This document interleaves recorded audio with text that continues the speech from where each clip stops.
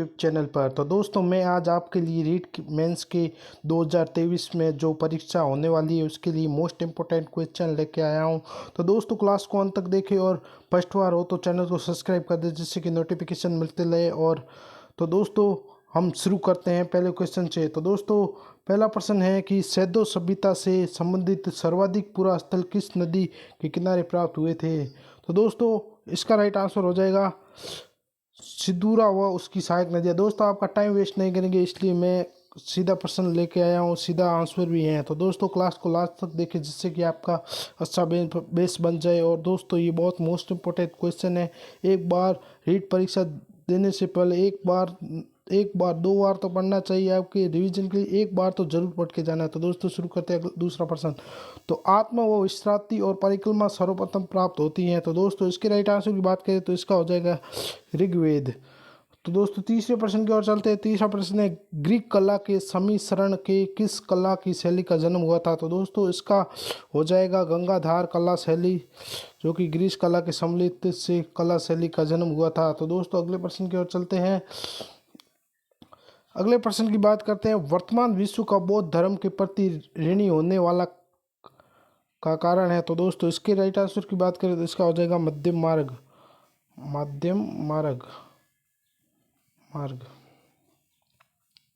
दोस्तों अगले प्रश्न की ओर चलते हैं। अगला प्रश्न पांचवा है कि बौद्ध साहित्य में वर्तमान का उल्लेख किस नाम से हुआ था। दोस्तों मोस्ट इंपोर्टेंट क्वेश्चन है, स्टार लगा देना। दोस्तों इसके राइट आंसर की बात करें बौद्ध साहित्य में वर्तमान का उल्लेख निगट नाथुपंथ नाम से हुआ था। तो दोस्तों आपका राइट आंसर निगठंग नाथुपंथ हो जाएगा। अगले प्रश्न की ओर चलते हैं। अगला छठा प्रश्न है मौर्य सम्राट अशोक का नाम किस अभिलेख में पाया गया है। तो दोस्तों मोस्ट इंपोर्टेंट क्वेश्चन है, परीक्षा में आ सकता है रीट में। तो दोस्तों इतिहास की ओर से है। तो इसका राइट आंसर की बात करें तो मास्की व गुर्जरा मौर्य सम्राट अशोक का नाम मास्की व गुर्जरा अभिलेख में पाया गया है। दोस्तों सातवें प्रश्न की ओर चलते हैं। यूनानी लेखकों ने किस मौर्य शासक को अभितघात की संज्ञा दी है। तो दोस्तों ये भी मोस्ट इंपोर्टेंट, एक बार जरूर देख लेना। तो दोस्तों इसके राइट आंसर की बात करें तो इसका राइट आंसर हो जाएगा बिंदुसार। तो अगले प्रश्न की ओर चलते हैं। अगला प्रश्न है चंद्रगुप्त द्वितीय व समुद्रगुप्त के सिक्कों पर कौन से पक्षी के चित्र बनता है। तो दोस्तों इसके राइट आंसर की बात करें तो इसका राइट आंसर हो जाएगा गरुड़ है जो चंद्रगुप्त द्वितीय और समुद्रगुप्त के सिक्कों पर गरुड़ पक्षी के चित्र बनता है। तो अगले प्रश्न 10वें की ओर चलते हैं। 10वां प्रश्न है पंच महाभारत की विजय भारत में किस राजा ने की थी। तो दोस्तों इसका राइट आंसर हो जाएगा काम। अगले प्रश्न की ओर चलते हैं। अगला प्रश्न है बाण ने हरचरित्र में किस शासक के लिए ये देखा है कि वो हूण रूपी हिरण के लिए शेर के समान है। दोस्तों मोस्ट इंपोर्टेंट क्वेश्चन है, एक बार जरूर देख लेना। दोस्तों इसके राइट आंसर की बात करें उसका राइट आंसर हो जाएगा प्रभाकर वर्धन। दोस्तों अगले प्रश्न की ओर चलते हैं। आपका बिगर टाइम वेस्ट किए तो दोस्तों टाइम बहुत कम बचा है। तो दोस्तों आपको क्लास रिवीजन हम करा रहे हैं। जावा की लोकप्रिय मूर्ति का नाम क्या है। दोस्तों मोस्ट इंपोर्टेंट क्वेश्चन है, 12 प्रश्न है। इसकी राइट आंसर की बात करें तो भटारपुर हो जाएगा। अगले प्रश्न की ओर चलते हैं। अगला प्रश्न है भक्ति आंदोलन क्या था। तो दोस्तों भक्ति आंदोलन है जो कि अलवार संतों ने भक्ति आंदोलन किया था। तो दोस्तों अगले प्रश्न की ओर चलते हैं। मुगलों की सेवा में आने वाले नौक क्या कहलाते थे। दोस्तों इसके आंसर की बात करें तो इसका आंसर हो जाएगा मनसबदार। दोस्तों अगले प्रश्न की ओर चलते हैं। अगला प्रश्न है अकबर के समय का सबसे बड़ा सोने का सिक्कड़ है। तो दोस्तों इसके राइट आंसर की बात करें तो इसका आंसर हो जाएगा इलाही, जो कि अकबर के समय का सबसे बड़ा सोने का सिक्कड़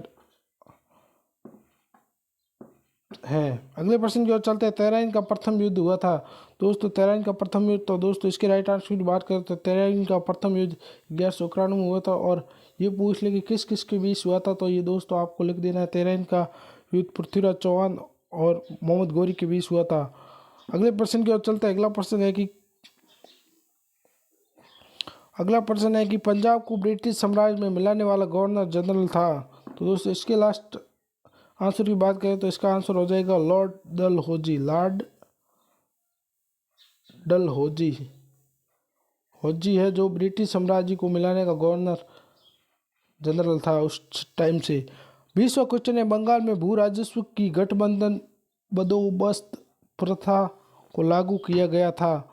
तो दोस्तों इसके राइट आंसर की बात करें तो इसका आंसर हो जाएगा लॉर्ड कॉर्नवालिस द्वारा, जो कि है बंगाल में भू राजस्व गठबंधन बदोबस्तर प्रथा लागू की गई थी, जो कि इनके द्वारा की गई थी, लॉर्ड कॉर्नवालिस द्वारा। अगले प्रश्न की ओर चलते हैं। अगला प्रश्न है 21वां रामकृष्ण मिशन के संस्थापक कौन है? दोस्तों मोस्ट इंपोर्टेंट क्वेश्चन है, पूछ सकते हैं। दोस्तों इसके राइट आंसर की बात करें तो इसका राइट आंसर हो जाएगा स्वामी विवेकानंद। स्वामी विवेकानंद कानंद। अगले प्रश्न की ओर चलते हैं। अगला है गदर पार्टी के संस्थापक। ये तो सबको आना चाहिए दोस्तों, मोस्ट इंपोर्टेंट क्वेश्चन है, एक बार देख लेना। गदर पार्टी के संस्थापक लाल हरदयाल है। दोस्तों अगले प्रश्न 23वीं की ओर चलते हैं। 42वां संविधान संशोधन कब पारित किया गया था? तो दोस्तों इसके राइट आंसर की बात करें तो इसका राइट आंसर 1976 में प्रधानमंत्री इंदिरा गांधी द्वारा 42वां संविधान संशोधन पारित किया गया था। अगले प्रश्न की ओर चलते हैं। अगला प्रश्न है राज्यपाल की नियुक्ति कौन करता है? तो दोस्तों राज्यपाल की नियुक्ति राष्ट्रपति करता है। अगले प्रश्न की ओर चलते हैं। 25वां वर्तमान में सर्वोच्च न्यायालय में मुख्य न्यायाधीश सहित कुल कितने न्यायाधीशों के पद हैं? तो दोस्तों 34 पद है जो वर्तमान में सर्वोच्च न्यायालय में मुख्य न्यायाधीश सहित 34 न्यायाधीशों के पद हैं। अगले प्रश्न की ओर चलते हैं। अगला प्रश्न है कैबिनेट कार्य का जंपिंग मेजर कौन होता है? तो दोस्तों कैबिनेट कार्य का जंपिंग मेजर मुख्य सचिव को माना जाता है, जो कि वहाँ का मुख्य सचिव जो भी हो, मुख्य सचिव। अगला प्रश्न है राजस्थान में पंचायत समिति का प्रधान अपना इस्तीफा किसे देता है? तो इसके राइट आंसर की बात करें तो इसका राइट आंसर हो जाएगा जिला प्रमुख।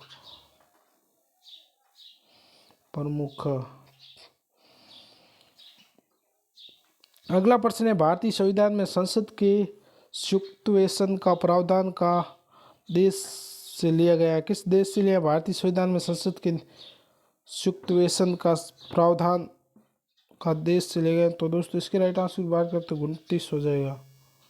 अगले प्रश्न की ओर चलते। अगला है बाल अधिकार दिवस कब मनाया जाता है? दोस्तों मोस्ट इंपोर्टेंट प्रश्न है, परीक्षा में सीधा आ सकता है, करप्ट हो सकता है। तो इसके राइट आंसर की बात करें तो 20 नवंबर।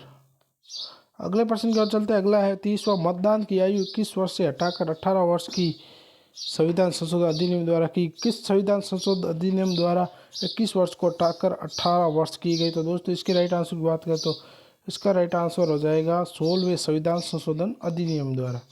अगले प्रश्न की ओर चलते हैं। अगला प्रश्न है जयपुर संभाग की जाली की सत्य है?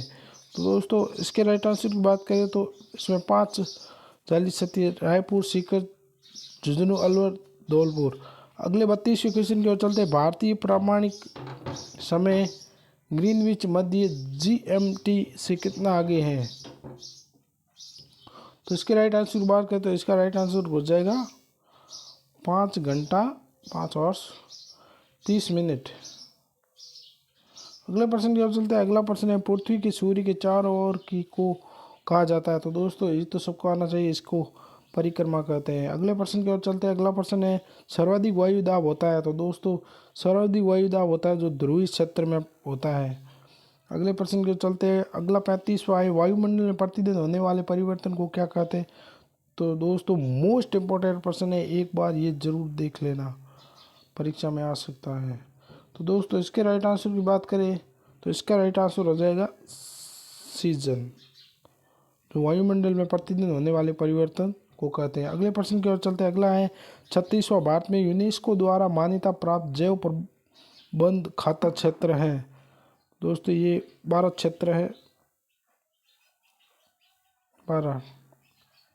अगले प्रश्न की ओर चलते हैं। अगला प्रश्न है 36वां ओस गैस की सर्वाधिक मात्रा पाई जाती है? तो दोस्तों ये ओस गैस की सर्वाधिक मात्रा है जो ध्रुवों के ऊपर होती है, ध्रुवों के ऊपर।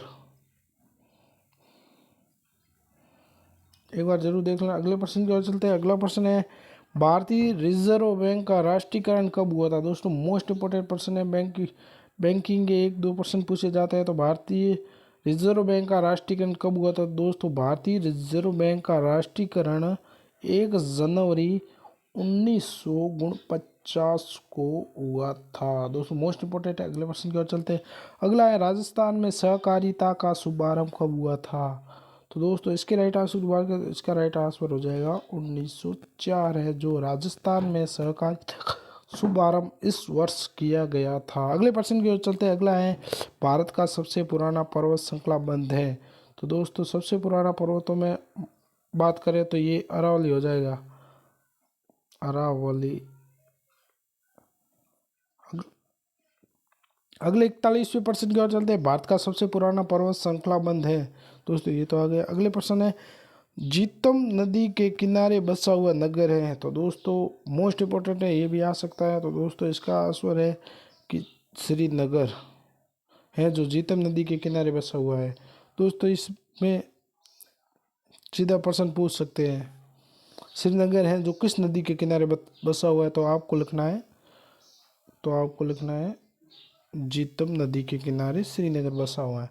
अगले प्रश्न की ओर चलते हैं। देश में तांबे का सर्वाधिक उत्पादन होता है। दोस्तों देश में सर्वाधिक तांबे का उत्पादन है जो कि है मध्य प्रदेश में है, मध्य प्रदेश में।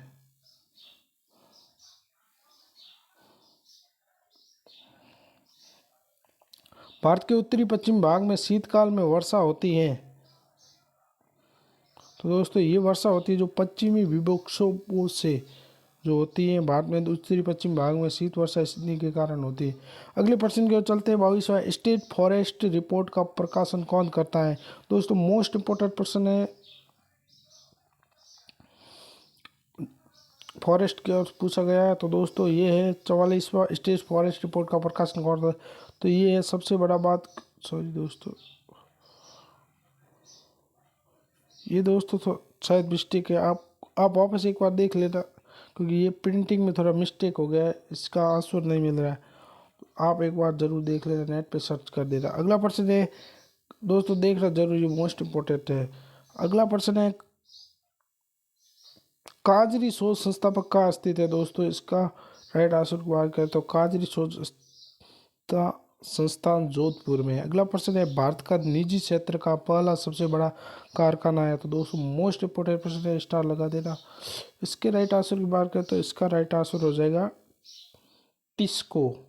अगले प्रश्न की ओर चलते हैं। तूतीकोरन जलप्रपात किस राज्य में स्थित है। तो दोस्तों इसके राइट आंसर की बात करें तो तूतीकोरन जलप्रपात है जो यानी कि तमिलनाडु राज्य में स्थित है। अगले प्रश्न की ओर चलते हैं। आपका 48वां क्वेश्चन है, सर्वाधिक और न्यूनतम जनसंख्या घनत्व वाला महाद्वीप। मोस्ट इम्पोर्टेंट प्रश्न है दोस्तों, एक बार जरूर देखना, नोट कर लेना, ऐसे प्रश्न नहीं जीट एग्जाम में पूछे जाते हैं। तो दोस्तों इसके राइट आंसर की बात करें तो सर्वाधिक और न्यूनतम जनसंख्या घनत्व वाले महाद्वीप है एशिया और ऑस्ट्रेलिया महाद्वीप। अगले प्रश्न की ओर चलते हैं। अगला है, स्वच्छ भारत मिशन का विज्ञापन कब हुआ। दोस्तों ये भी पूछा जा सकता है। इसके राइट आंसर की बात करें तो 2 अक्टूबर 2014 को जो है स्वच्छ भारत मिशन का विज्ञापन हुआ था। अगला प्रश्न है, लास्ट प्रश्न है दोस्तों, संपूर्ण भारत में उपभोक्ता मामले के तटस्थ अधिकार राष्ट्रीय आयोग बना हुआ था। तो दोस्तों ये है एक है जो संपूर्ण देश में उपभोक्ता मामले में तटस्थ अधिकार राष्ट्रीय आयोग बना हुआ है, जो एक ही बना हुआ है। तो दोस्तों ये थे आज के मोस्ट इम्पोर्टेंट प्रश्न। दोस्तों अगली क्लास चाहिए तो कमेंट में ज़रूर बताना, और चैनल पे नहीं आए तो चैनल को सब्सक्राइब जरूर कर लेना। दोस्तों आप सब्सक्राइब नहीं करते, और जो बेल आइकन है उसे ज़रूर प्रेस कर देना दोस्तों, इससे कि आपको नोटिफिकेशन मिलता रहे। और दोस्तों अगले ऐसे आपको मोस्ट इम्पोर्टेंट प्रश्न चाहिए तो कमेंट में ज़रूर बताना, जिससे कि मैं आपका एक PDF बना के डाल दूंगा मैं टेलीग्राम चैनल पे। और अगर आपको टेलीग्राम चैनल का लिंक चाहिए तो वो भी कमेंट में कर देना, मैं आपको दे दूंगा। और अगली क्लास में मिलते हैं, तब तक के लिए बाय, थैंक यू।